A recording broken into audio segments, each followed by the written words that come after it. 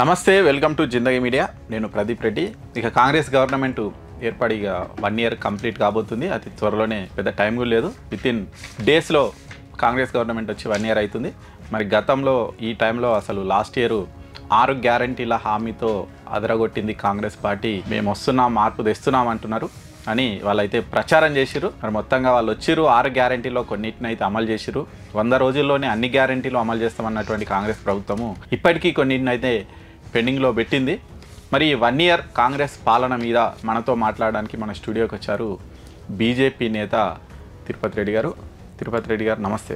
నమస్తే అండి. మరి 1 ఇయర్ కాంగ్రెస్ పాలనకు ఎన్ని మార్కులు వేస్తారు మీరు? 1 ఇయర్ కాంగ్రెస్ పాలనకు 10 మార్కులు వేసేటువంటి అవకాశం ఉందండి. 100కు ఒక పాస్ కూడా వేయరా? పాస్ ఎట్లకెళ్ళండి అంటే మీరు బీజేపీ నేతగా మాట్లాడకండి, నేను ఒక సామాన్యమైన ప్రజానికంగానే మాట్లాడుతున్నాను. 6 గ్యారంటీలు అని చెప్పారు. 6 గ్యారంటీలలో మహాలక్ష్మి, రైతు భరోసా, గృహజ్యోతి, యువ వికాసం, చేయూత చేసిరు కదా. అందులో చెప్తాను అవి కూడా చెప్తాను. ఎట్లా చేసిండ్రు, ఏం చేసిండ్రు, దాని గురించి డిస్కస్ చేయడానికే మీ దగ్గరికి వచ్చాను నేను. ఓకే, మీరు మాట్లాడుతున్నారు ఖచ్చితంగా ప్రతి దాని గురించి, అంటే ఈ దాని గురించి ప్రతి దాని గురించి. ప్రస్తుతానికి నిన్న వరంగల్ సభ జరిగింది. ఓకే, వరంగల్లో ఒక సక్సెస్ సభ పెట్టుకున్నాడు రేవంత్ అన్న. సక్సెస్ సభలో మహిళలకు సంబంధించి ఒక కార్యక్రమం చేసి మహిళలను డబ్బులు పెట్టి అక్కడికి రప్పించి డబ్బులు పెట్టి రప్పించారని మీరు ఎట్లా అంటారండి? తెలుసు కాబట్టి అంటున్నామండి. తెలిస్తే ప్రూఫ్స్ ఉన్నాయి. ఇప్పుడు ప్రతి సభకు మీరు బీజేపీ కొంతమంది తీసుకొస్తారు, ఎక్కడైనా తీసుకొస్తారు, కొంతమంది అభిమానంతో వస్తారు. ఒప్పుకుంటున్నావా? మీకు తెలుసు కదా, బహిరంగ రహస్యం. నేనేమంటున్నాండి, ఇప్పుడు ఎట్లా వస్తారు అనేది అందరికీ తెలిసిన. వరంగల్ డిక్లరేషన్లో మనకు రైతులకు సంబంధించినటువంటి డిక్లరేషన్ అనేటువంటిది జరిగింది. నేనేమంటున్నా అంటే, రైతులకు సంబంధించిన డిక్లరేషన్ వరంగల్లో జరిగింది కాబట్టి సక్సెస్ సభ రైతులదే పెట్టింటే బాగుండని అనుకుంటున్నాను నేను. ఓకే, అవును, అయింది కదా, రుణమాఫీ చేసారు కదా. రుణమాఫీ అనేటువంటిది ఎంతమందికి చేశారండి? రుణమాఫీ అనేది అందరికీ అయింది. ఎంతమందికి అయింది? కొంతమందికి పెండింగ్. అందరికీ అయింది అంటున్నావు కదా, ఎందుకు పెండింగ్ అయింది? వాళ్ళు ఏమన్నారంటే, ఫస్ట్ ఫైల్ పైన సంతకం పెడతానని చెప్పారండి. రుణమాఫీ ఏ విధంగా జరిగిందో చెప్పారు. రుణమాఫీ విషయంలో చాలా మంది గవర్నమెంట్ కంటే రేవంత్ రెడ్డిని మెచ్చుకోవచ్చు. ఎందుకంటే కేసీఆర్ కూడా గతంలో రుణమాఫీ చేస్తున్నాడు. ఆయన ఎన్ని రోజులు చేసినో తెలుసు. First time, second time last వరకు నానదీసి చాలా మందికి వేయకుండానే దిగిపోయిండు, అయిపోయింది. కానీ ఈయన చెప్పిన మాట ప్రకారం, ఒక్క నిమిషం అండి తిరుపతి రెడ్డి గారు, ఒక్క నిమిషం. చెప్పిన మాట ప్రకారం 2 లక్షల రుణమాఫీ చేస్తున్నాడు.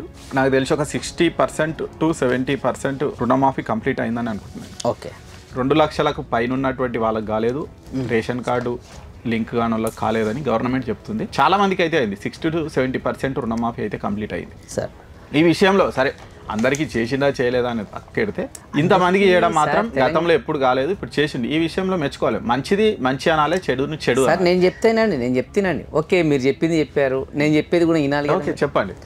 అయితే రైతులకు సంబంధించినటువంటి రుణమాఫీ కావాలంటే 31,000 కోట్లు కావాలనేటువంటిది మన బడ్జెట్లో మన వాళ్ళు, మన మంత్రులు కానీ సీఎం గారు కానీ చెప్పినటువంటి విషయం. రైతులకు సంబంధించింది ఇప్పటికీ 18,000 కోట్ల రూపాయలు మాత్రమే బ్యాంకు ఖాతాల్లో రిలీజ్ అయ్యాయనేటువంటిది సత్యం. ఇది మన ఖాతాలో 60 to 70% 18,000. అయితే మిగిలిన 30%కు నువ్వేం పెట్టినావు? నీవు 2 లక్షల పైన ఉంది, ఆ 2 లక్షల పైన ఉన్నది కడితే మీకు వేస్తామని చెప్పారు.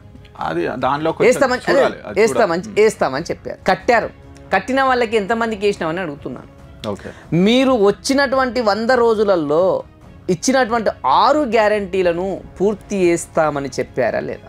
చెప్పారు. పూర్తి చేస్తామని చెప్పినప్పుడు 5 ఏళ్ళు నీకోసం వెయిట్ చేయాలనా, లేక 100 రోజుల్లోనే మేము ఆశించడం తప్ప, అడగడం తప్ప అంటావా? అందులో తప్పు లేదు, నేను అడగడం తప్ప. రెండోది, నీవు రైతుల కోసం ఇచ్చినటువంటి రైతు భరోసా అనేటువంటిది, నీవు రైతు భరోసా 15,000 రూపాయలు అనేటువంటిది, 15,000 రూపాయలు రైతు భరోసా ఇస్తాను. ఈ 15,000 రూపాయలు అడగడం తప్ప. రైతు భరోసా విషయంలో అయితే రేవంత్ రెడ్డి సర్కార్ ఫెయిల్ అయింది. అందులో చెప్తాం మనం. రుణమాఫీ విషయంలో సక్సెస్ అయింది. రుణమాఫీ విషయంలో సక్సెస్ అయిందని నేను అంటున్నావు. నేనేమంటున్నాను, నేను చెప్పేది అదే చెప్తున్నాను మీకు. ఎప్పుడైతే రైతు భరోసాకు సంబంధించినటువంటి డబ్బులు ఉన్నాయో, already some of amount Rythu Bharosa కోసము తెలంగాణ గవర్నమెంట్ ఉన్నప్పుడు, కేసీఆర్ గవర్నమెంట్ ఉన్నప్పుడు తీసిపెట్టినటువంటి డబ్బులను ఈ రైతు భరోసా కింద ఉన్నటువంటి డబ్బులను తీసుకొచ్చి రైతు రుణమాఫీ అనేటువంటిది చేసిన. అంటే 18,000 కోట్లు ఖర్చు అవుతాయి దానికి లెక్కేయండి. రైతు రుణమాఫీకి సంబంధించినటువంటి డబ్బులు 11,000 కోట్ల రూపాయలండి. రైతు భరోసాకు సంబంధించిన పైసలు 11,000 కోట్ల రూపాయలు.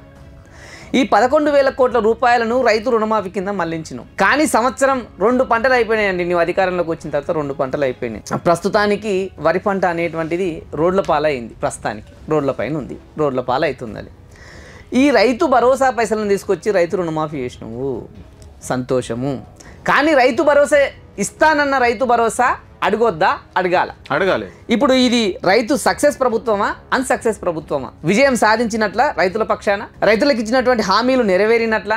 రెండవది, నీవు ఇస్తానన్నటువంటి ఎంఎస్పి వరి ధాన్యం కొనుగోలుకు 500 రూపాయలు ఎక్స్ట్రా ఇస్తాను, బోనస్ ఇస్తాను. ఎంతమంది నేను ఇస్తున్నారు సార్? ఎంతమందికి ఇచ్చావు? ఇప్పటికీ 50% దాదాపుగా రోడ్లపైన 50% వరి ధాన్యం అనేటువంటిది 50% వరి ధాన్యము ఇప్పటికీ అమ్ముడు పోయింది సార్ ప్రైవేట్ వ్యక్తుల చేతిలో. మనం రోడ్లపైకి వెళ్తే రోడ్లపైన ఆరేసినటువంటి ఇట్లా ఆరబోసినటువంటి వరి ధాన్యం కనిపిస్తుంది మనకు.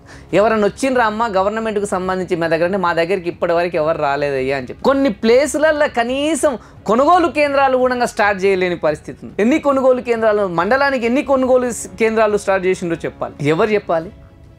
మంత్రులు ముందుకొచ్చి చెప్పాలి. ఎవరైతే నీవు 500 బోనస్ ఎక్కడైతే ఇస్తామనుకున్నావో ఆల్రెడీ 50% వెళ్ళిపోయింది. 50% వెళ్ళిపోయిన తర్వాత ఎవరికి న్యాయం చేయాలనుకుంటున్నావు? నువ్వు ఎవరికి ఇవ్వాలనుకుంటున్నావు? తర్వాత నీవు ఇది అయిపోయింది. నీవు మద్దతు ధర ఇస్తానని ఇవ్వలేకపోయినావు. ఈ రైతులకు సంబంధించి పోడు భూములు ఉంటాయి కదా, ఆ పోడు భూములు అసైన్ భూముల లబ్ధిదారులకు ఇప్పుడు అమ్ముకునేటువంటి అవకాశం లేకుండా ఒక పట్టా పాస్బుక్ అనేటువంటిది వాళ్ళ చేతిలో పెట్టిపోయింది కేసీఆర్. ఆ పట్టా పాస్బుక్తో పాటు ఏదైతే భూమి మీకు కేటాయించబడిందో క్రయ విక్రయాలకు నేను మీకు భరోసా కల్పిస్తే క్రయ విక్రయాలు మీరు చేసుకోవచ్చు అని చెప్పాను. సంవత్సరం అవుతుంది. ఆ క్రయ విక్రయాలకు సంబంధించినటువంటి ఏమన్నా మాటలు మాట్లాడావా అంటే ఇప్పుడు సక్సెస్ అయినట్లా, ఈ రైతులకు హెల్ప్ చేసినట్లా, రైతులకు ఇచ్చినటువంటి హామీలు నెరవేరినట్లా. ఓకే, రైతులకు సంబంధించి భూమి లేని రైతులకు సంబంధించి భూమి లేని రైతులకు కూడా 12,000 రూపాయలు నేను ఇస్తానని చెప్పి సంవత్సరానికి 12,000 రూపాయలు ఇస్తాను. రైతు కూలీలకు 12,000 ఇస్తాను. అదే భూమి లేని కూలీ వాళ్ళకి ఇస్తానన్న పైసలు ఇప్పటి వరకు ఇచ్చావా? ఓకే, ఎందుకు ఇయ్యలేదని అడగడం తప్పేం లేదండి. హామీలు ఇచ్చారు, అడగాలి. హామీలు ఇచ్చావు కాబట్టి 100 రోజులలో పూర్తి చేస్తావు అనుకుంటున్నావు కాబట్టి 100 రోజులు ఎందుకు చేయలేవనేటువంటిది అడగడం నా బాధ్యత కాబట్టి, ఒక పౌరునిగా నా బాధ్యత కాబట్టి అడుగుతాను. ఓకే, మీడియా ఎంత మొత్తుకున్నా, పేపర్లు ఎంత రాసినా ఇవి నిజాలు. ఈ నిజాలను బయటపెట్టేటువంటి అధికారం కానీ ఆవశ్యకత కానీ ఉంది కాబట్టి మనం ముందలు రాగలనని చెప్పగలుగుతున్నాం. రైతు భరోసా పైసలు ఇవ్వకపోతే, కౌలు రైతులకు మేలు చేస్తాంటివి, మేలు చేయకపోతే, 500 బోనస్ ఇప్పటికీ ఎక్కడ పడుతుందో తెలియదు, ఎంతమందికి పడిందో తెలియదు, ఎక్కడ పడిందో తెలియదు. రోడ్డు పైన ఉన్నటువంటి ధాన్యం ప్రైవేట్ వ్యక్తులు కొనుక్కోపోతున్నారు. అసలు రైతు కూలీలకు నీవు సాయం చేస్తానన్న పైసలు ఇప్పటికీ రాలేవు.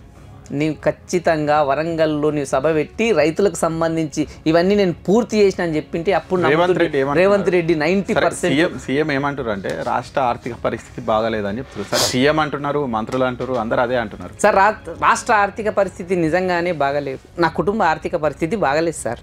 నేను బయటికి వచ్చి ఈ ఊర్లో ఉన్న జనాలందరికీ నేను దానాలు చేస్తా, ధర్మాలు చేస్తా అని నేను అన్నాను అనుకోండి, ఏ విధంగా ఉంటుందండి?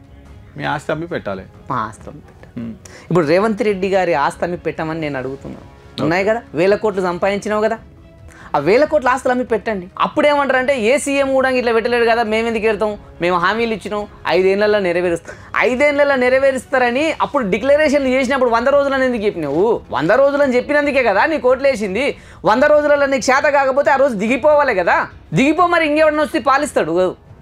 మనకు చేత కానప్పుడు మనం అక్కడి నుంచి తప్పుకోవాల్సిన ఆవశ్యకత ఉందా లేదా?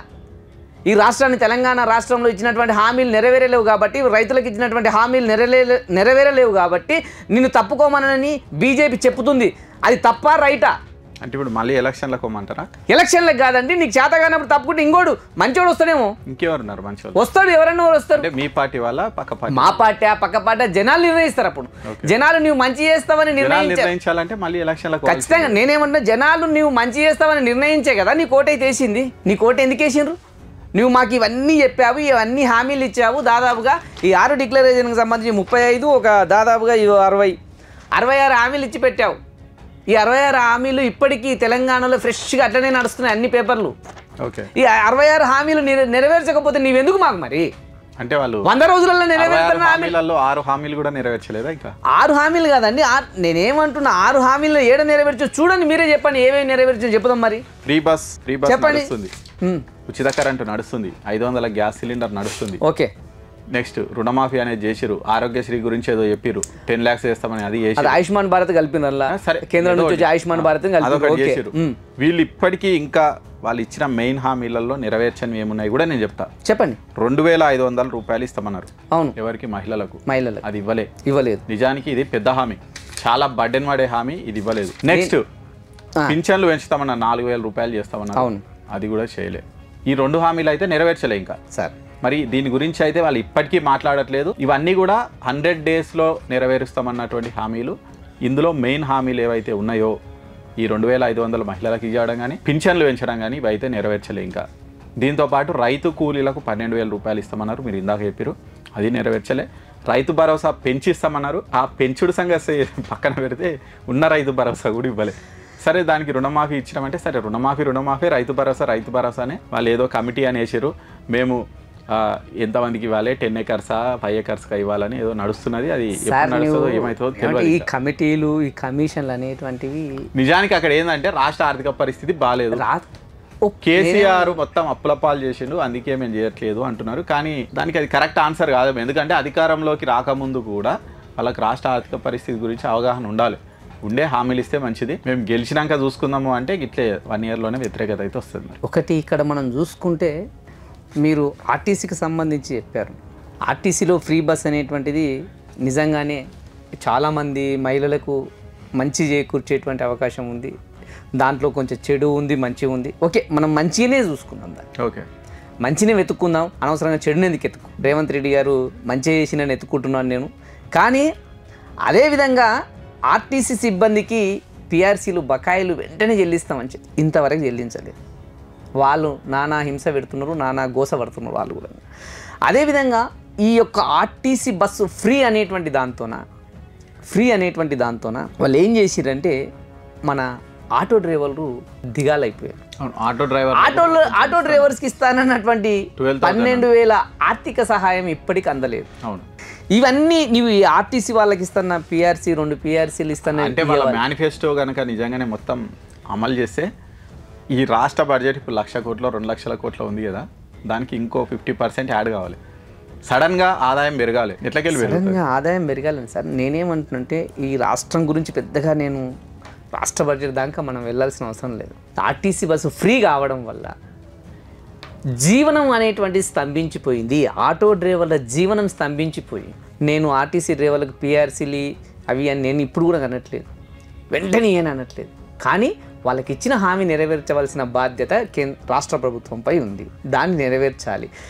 వీళ్ళు డబ్బులు వస్తే కానీ సామాన్లు కొనుక్కోలేని పరిస్థితులలో ఆటో తెచ్చుకొని, ఎక్కడి నుంచో పల్లెటూరు నుంచి వచ్చి ఒక ఆటో తెచ్చుకొని పిల్లల్ని అక్కడక్కడ చదివించుకుంటూ, ఇంట్లో వాళ్ళ భార్యని పాచి పనికి దోలించుకుంటూ, పక్కింట్లో అక్కడక్కడ పాచి పని దోలించుకుంటూ జీవనం సాగిస్తున్నటువంటి పరిస్థితులలో ఆర్టీసీ బస్సు ఫ్రీ అనేసరికి అందరూ ఖచ్చితంగా ఆర్టీసీ బస్సునే వాడతారు. ఆటో డ్రైవర్లకు ఇవ్వాల్సిన కనీసం ఈ 12,000 రూపాయలు ఇస్తేనన్నా వాళ్ళు జీవనం బతికుండేటువంటి అవకాశం ఉందని చెప్తున్నారు. ఈ హామీలు మొత్తం నెరవేర్చడం కాదు, ఫస్ట్ జనాలు బతికుండాలి కదా. బతికుంటేనే కదా నీవు రాజ్యాన్ని వెళ్ళడానికి వచ్చేది. ఆ బతికుండే పరిస్థితులలో వాళ్ళకి జనాలకు సాయం చేయమని చెప్తున్నా.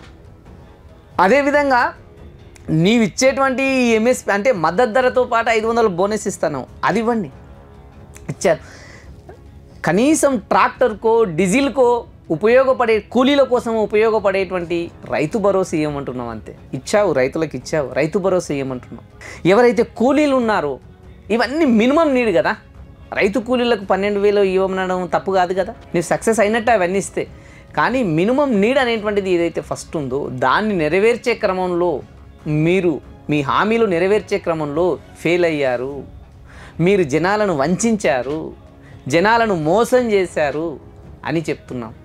ఎప్పుడైతే నీవు ఈ యొక్క సక్సెస్ కార్యక్రమం కాదు, వంచనలో సక్సెస్ అయ్యామనేటువంటి విషయాన్ని నీవు ఈ యొక్క సభలు పెట్టుకుంటే బాగుంటుందని మేము చెప్తున్నాం.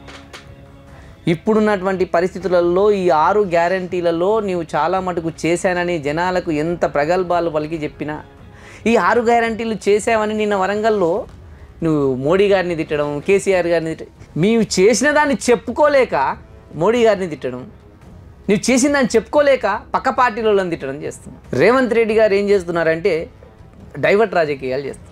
మొన్న ఇంతకుముందు వీడియోలో కూడా మనం మాట్లాడినాం. ఏదైతే ముందులా ఉందో అది మాట్లాడకుండా దాన్ని డైవర్ట్ చేస్తూ మాట్లాడతారు. ఇప్పుడు బీజేపీ నాయకులు స్ట్రేట్ ఫార్వర్డ్గా తనని నిలువరిస్తున్నారు, తనని అడుగుతున్నారు, ప్రతి విషయంలో అడ్డుపడుతున్నారు అనేటువంటి దురుద్దేశంతో మీరందరూ మోడీకి గులాంలు అని చెప్తున్నారు, గుజరాత్కు గులాంలు అని చెప్తున్నారు.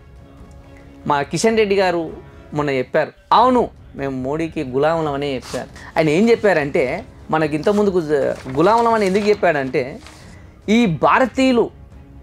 భారతీయులందరూ ఛాతీ పైకెత్తి చూపుకునే విధంగా సర్దార్ వల్లభాయ్ పటేల్ పుట్టినటువంటి గుజరాత్కు మేము గులాంలం అని చెప్పిండ్రు. మహాత్మా గాంధీ గుజరాత్లో జన్మించడం స్వాతంత్ర ఉద్యమంలో ఒక దేశానికి సంబంధించినటువంటి స్వాతంత్ర ఉద్యమాన్ని నడిపించినటువంటి మహాత్మా గాంధీ పుట్టినటువంటి గుజరాత్కు మేము గులాం అని చెప్తున్నారు. 25 కోట్ల మందిని దారిద్ర్య రేఖ నుంచి పైకి తెచ్చినటువంటి మోడీకి మేము గులాంలం అని చెప్తున్నారు. కొన్ని లక్షల మంది టాయిలెట్లు నిర్మించినటువంటి కొన్ని లక్షల మందికి టాయిలెట్ నిర్మించినటువంటి తెలంగాణ రాష్ట్రంలో కొన్ని లక్షల మందికి వాళ్ళ కోసం మేము గుజరాత్కు గులాంలని చెప్తున్నారు, మోడీకి గులాంలని చెప్తున్నారు. ఇప్పుడున్నటువంటి పరిస్థితులలో 3 సార్లు వ్యవసాయం కోసము 2,000 రూపాయలు 3 సార్లు వేస్తున్నటువంటి మోడీకి గులాం అని చెప్తున్నాడు. ఆయుష్మాన్ భారత్ కింద 10 లక్షల రూపాయలు ఇప్పుడు ఇస్తున్నటువంటి 10 లక్షల ఇన్సూరెన్స్కు గులాంలు అని చెప్తున్నారు. నీవేంటి కోసం గులాం?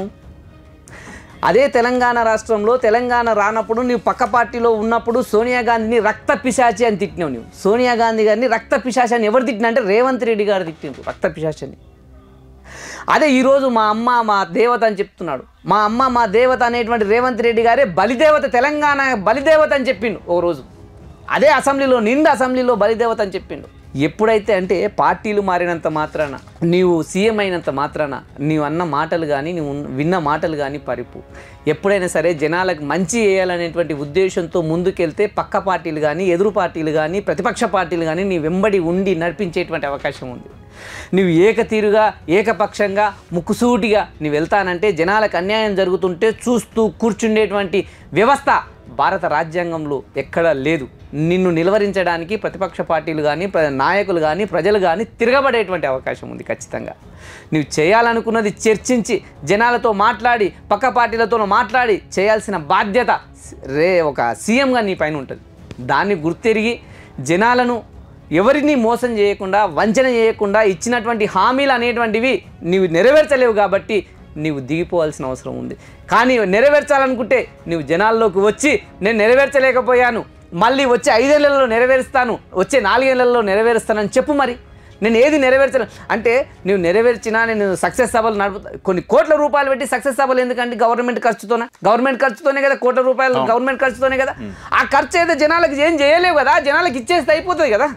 నువ్వు పెట్టే ఖర్చుతోన ఆర్టీసీ సంబంధించిన పిఆర్సీ వస్తుంది, నువ్వు పెట్టే ఖర్చుతోన ఆటో వాళ్లకు 2,000 రూపాయలు 12,000 రూపాయలు వచ్చే అవకాశం ఉంది. నువ్వు పెట్టే ఖర్చుతోన రైతు భరోసా ఎంతో కొంత తీరుతుంది కదా, ఒక్కసారి రైతు భరోసా వేసి తీరుతుంది కదా. దాని గురించి మాట్లాడవు దయచేసి. ఇప్పటికే అండి ఇప్పుడు మనం దాదాపుగా 2001 నుంచి ఇప్పటి వరకు 2001లో 2001 నుంచి 2021 నుంచి అనుకుంటా 2001 నుంచో 2021 నుంచో 11 నుంచి ఈ స్టూడెంట్కి సంబంధించి నేను సరిగ్గా డేట్ ఐడియా లేదు. స్టూడెంట్కి సంబంధించి దాదాపుగా ఒక 10 ఏళ్ళు అవుతుందంట ఇప్పటికి. ఏంటి మన ఫీజు రియంబర్స్మెంట్ రాక, అదే 2014 తర్వాత ఫీజు రియంబర్స్మెంట్ రాక ఇప్పటి వరకు రాలేమంట.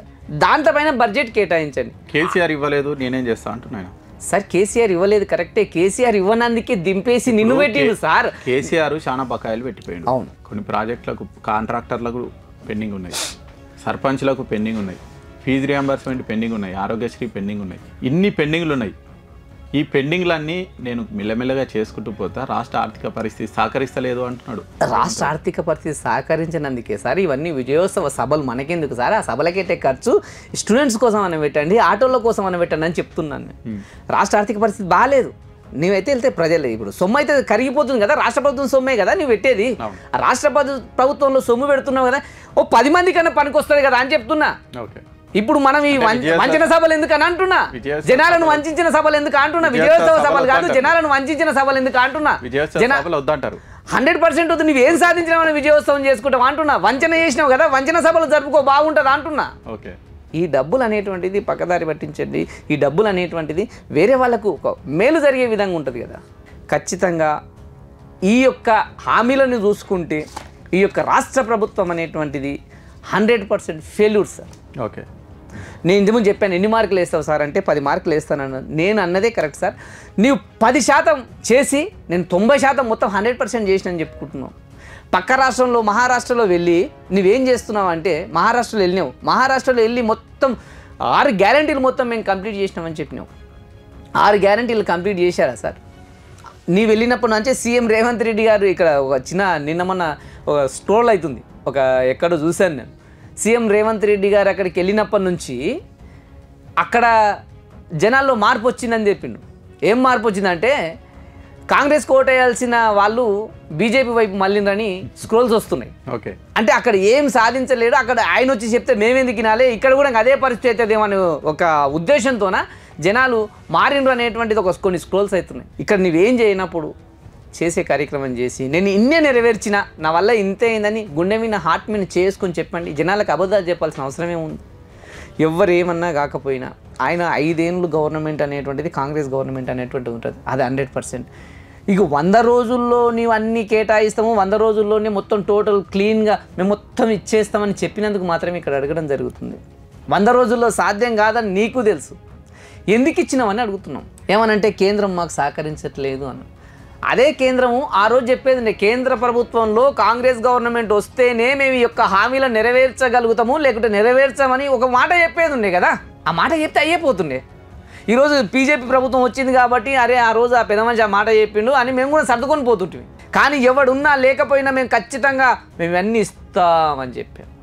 నీవు కనీసం ఈ అవ్వలకు పెన్షన్లు ఇచ్చే పరిస్థితి 4,000 రూపాయలు ప్రతి అవ్వ ఏం చేసిందంటే 2,000 రూపాయలు వస్తే వద్దొద్దు నాకు 4,000 ఇస్తున్నారు రేవంత్ రెడ్డి, నేను ఖచ్చితంగా రేవంత్ రెడ్డి కోటేస్తామని ఊర్లలో పల్లెటూళ్ళలో మనం చూసినాం. కానీ ఆ 2,000 కూడా ఇప్పుడు సరిగ్గా వస్తలేవని చెప్తున్నారు వాళ్ళే. ఓకే, 6,000 పెన్షన్ అంటే 3,000 రూపాయలు, 3,200, 3,500 పెన్షన్ ఒక వికలాంగులకు ఉంటే 6,000 రూపాయలు చేసినాం. వికలాంగుడు వాడి పరిస్థితి బాగలేకనే 3,000 పెన్షన్ ఇస్తేనే వాడు తిండి బత్యం అనేటువంటి తెచ్చుకొని వాడు బతికేటువంటి అవకాశం ఉంది. వాడికి కూడా ఇప్పుడు 6,000 రూపాయలు ఇస్తానే వాడికి కూడా మొండి చేయి చూపినావు. దేవుడు అసలు దేవుడే చిన్న చూపు చూసినాను కూడా, నీ కూడా చిన్న చూపు చూసినావు. ఇప్పటికీ ఎట్లా మరి నీ 100% గవర్నమెంట్ అనేటువంటి సక్సెస్ అయినట్ట ఇవన్నీ ఉంటే? నిజంగానే కాంగ్రెస్ గవర్నమెంట్ తెలంగాణలో రేవంత్ రెడ్డి హయాంలో ఫెయిల్యూర్ అని చెప్తున్నా. ఓకే, ఖచ్చితంగా ఇవన్నీ హామీలు ఇచ్చేంత వరకు బీజేపీ నీ వెంట పడుతూనే ఉంటుందని చెప్తున్నాం. మా నాయకులు నీ గురించి ప్రశ్నిస్తారే అని చెప్తున్నాం.